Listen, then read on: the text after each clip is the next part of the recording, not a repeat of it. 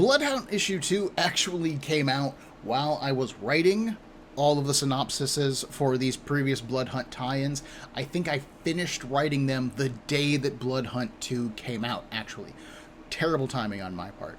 But the issue is pretty light overall, and I do have a guess as to our big bad in this story, so I want to cover it real quick here, and then we can continue to move on.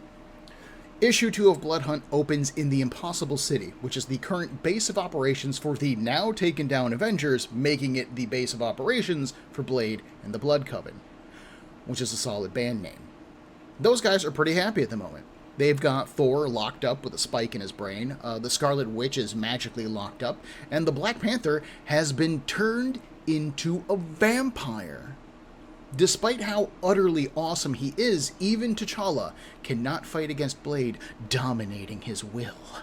Quote, "You might as well fight the tides, but even proud Atlantis drowned," end quote. The Panther is sent off to, quote, "find Blade his prize," end quote, and the Bloodcoven are sent after the girl. This is where you would go and buy Black Panther Bloodhunt issue 1 if you were interested in that particular plotline of this tie-in. I'm honestly trying to skip that one as it feels the least important right now, but if it is important, please let me know so that I can snap it up real quick.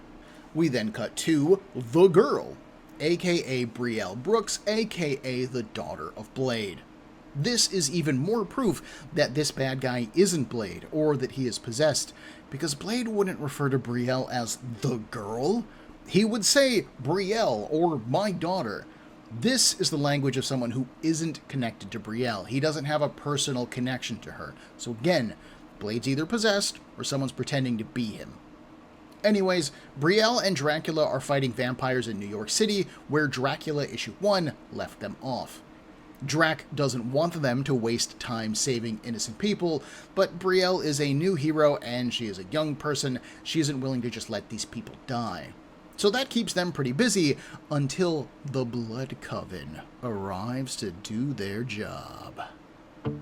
My name is Ben, and this is Comic Book Breakdown's coverage of Bloodhunt Episode 6, The Big Bad.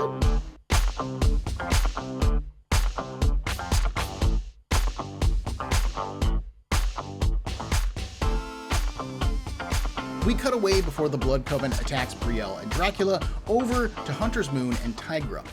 They meet up with Miles Morales' Spider-Man and they head for Doctor Strange's place. We saw a little bit of this scene before in Doctor Strange issue 15. They go inside his Sanctum Sanctorum. Tigra's like, "Why are you a ghost and why are you not assembling heroes?" And they see that Doctor Strange's body is now vampiric, and we move back over to Brielle and Dracula, where the Bloodcoven are ready to start killing. Dracula demands that these Dracula demands that these vampires kneel before him. He is their king, after all. But the Coven doesn't believe in him anymore. They serve the true Lord, the true philosophy. But before they can start fighting, the remaining Avengers show up, meaning Captain Marvel, Captain America, Iron Man, and the Vision. The Bloodcoven are the cocky ones this time, and like I predicted, the Avengers have their measure now. They are much better prepared. The Vision handles Megrim, dragging them up into the sky above the Dark Force dome, and shows them the light of the sun. They appear to explode in a cloud of red mist, so maybe Megrim is dead? Iron Man now has countermeasures for Cruel and his barbed wire. The Vision returns from his flight charged up with solar energy, and he wounds Damascene with it, like cutting off an arm with a solar beam. The Vision then blinds the rest of the group, giving Captain Marvel a chance to loose a blast of energy into the sky. She punches a hole in the Dark Force dome, washing the battlefield in sunlight. This drives the Bloodcoven back, and they ultimately retreat from the fight. This is a little weird to me because last I knew, Dracula did not have any kind of protection from the sun. There are magical amulets in the Marvel Universe that can protect vampires from sunlight, as established during the Curse of the Mutants crossover, but it hasn't been said if Dracula has one or not yet. It doesn't look like he has a necklace on, and admittedly, he could just have one under his armor, but it really did throw me to see the beam of light come down on our assembled heroes, and then you've got Dracula standing there with his sword like, "Yeah, come on, guys." And it's just, wait a minute, you should also be in pain or frying. And I also think that it's a bit of a wasted opportunity because he's right next to Sam Wilson, Captain America, who is flying in midair with his vibranium wings up. And I would have loved it if Sam had just extended his wing over Dracula and was maintaining a shadow over him, protecting him from the sunlight. I feel like that would have been a really smart use of the characters and the battlefield, and we just didn't see it. So now that the Bloodcoven has escaped, with Brielle's prodding, the heroes go visit Doctor Strange. And at Doctor Strange's, the Avengers meet up with everyone. Brielle says, "Hey, what's up, Miles?" who she previously met in his own comic, but that is when Miles Morales tears off his mask and reveals that he's a vampire now. What? Dramatic reverb. This is actually one of those moments that unfortunately fell really flat for me thanks to being such a comic geek. I already saw the cover to Blood Hunt issue 3 when Blood Hunt first launched, thanks to comic books being solicited 3 months in advance, and that cover's got a big ol' spoiler on it for Miles being turned into a vampire. This is a direct plot pickup from Blood Hunt issue 1, where we saw Blade visit Miles just before he moved on to attack the Avengers. McKay sets up this plotline really nicely, but thanks to the kind of spoilerific nature of the comic book industry, the reveal just didn't hit for me. We have now had 3 mentions of Atlantis and their involvement in the creation of vampires. Once from Blade over in Doctor Strange, written by Jed McKay, once from Hercules in Avengers, also written by Jed McKay, and now here in Blood Hunt issue 2, when Blade opened up the issue, as written by Jed McKay. Given that Blade is not a bad guy traditionally, and someone is clearly running for Dracula's throne and the connections to Atlantis and the sorcerer's abilities at their command, my guess would be that Blade is either possessed by or is being controlled by Varney. Now, Varney is the first vampire in Marvel lore. He was created all the way back in Atlantis before the island even sank, before even the Hyborian Age, which, depending on which era of Marvel you comics, either happened or didn't happen. But that's a whole different thing. Varney had a variety of weird adventures over the years before ultimately committing unlifing himself back in Bizarre Adventures issue 33, which was published in 1981.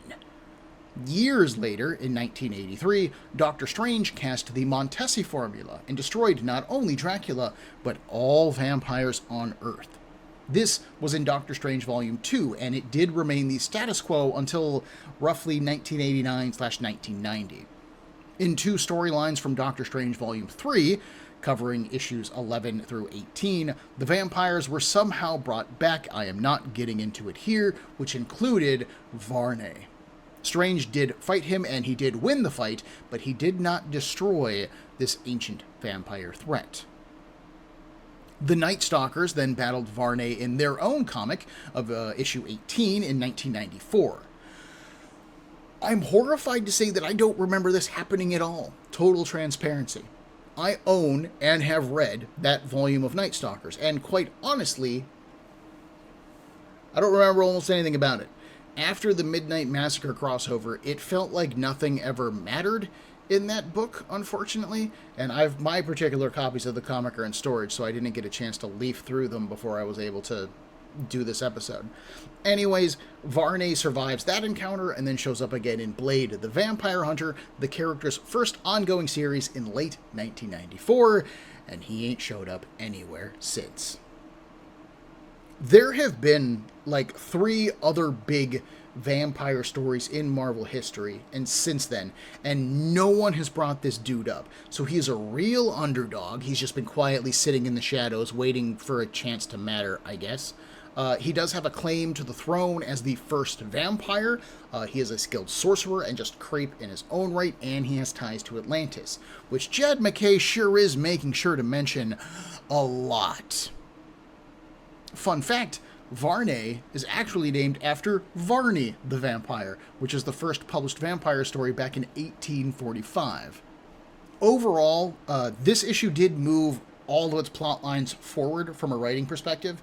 It tied together a bunch of our ongoing stories. We brought in Dracula and Brielle, we brought in Hunter's Moon, Tigra, and Spider-Man, and then showed a little bit of pushback, right?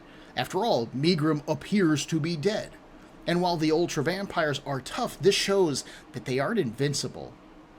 While I would say, reading this issue, that it isn't an amazing issue, it does the legwork that is necessary to keep the story moving forward, and let's face it, Pepe, Larraz, and Marte Garcia are doing some fantastic artwork on the inside, so it just looks great while they're doing it. I did take a little peek at the red band version of the comic online, just to see if there was any real difference in the story.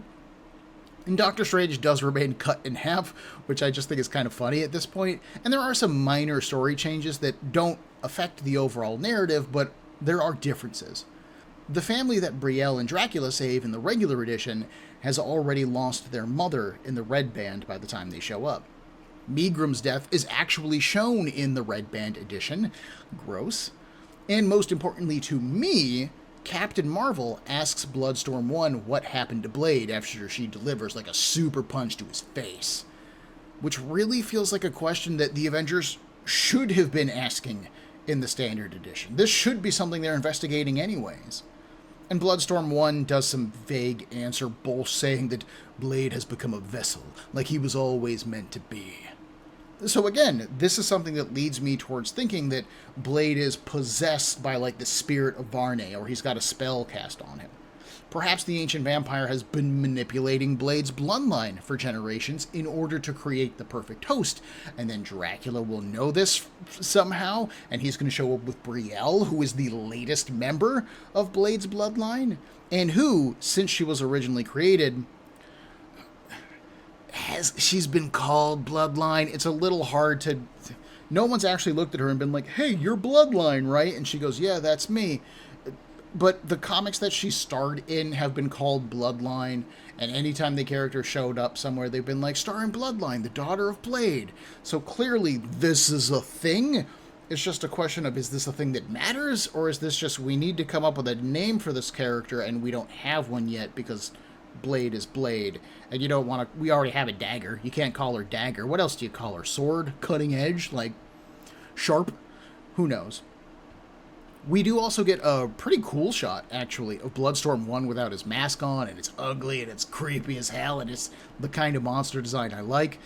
This shot of Bloodstorm 1 feels like what the Baron Blood Mask is trying to go for, and it just makes me think he looks even dumber for it because he doesn't look this frightening. Thank you for joining me for Breakdown's continued coverage of Bloodhunt. Our next episode will be about the Midnight Suns tie-in, the first issue of that. We'll get to see the Ghost Riders, one of my favorite supernatural characters in the Marvel Universe, begin to prepare to help out. We do get a peek into Blade's own situation, which is interesting. And then Victoria Montesi, the last surviving member of the Montesi line of the Montesi formula, joins the fight herself. If you enjoyed this episode of Breakdown, please make sure to hit that like button, and if you are not subscribed to the show, then click on that as well. I love getting feedback, and I would really appreciate it if you did so. If you have any questions, concerns, or would like to suggest a comic or a series to me, Breakdown can be found on Facebook, Instagram, and on a variety of podcast platforms, with links in the description for this episode below, as well as the email cbbreakdown@gmail.com. Thank you for your time and attention.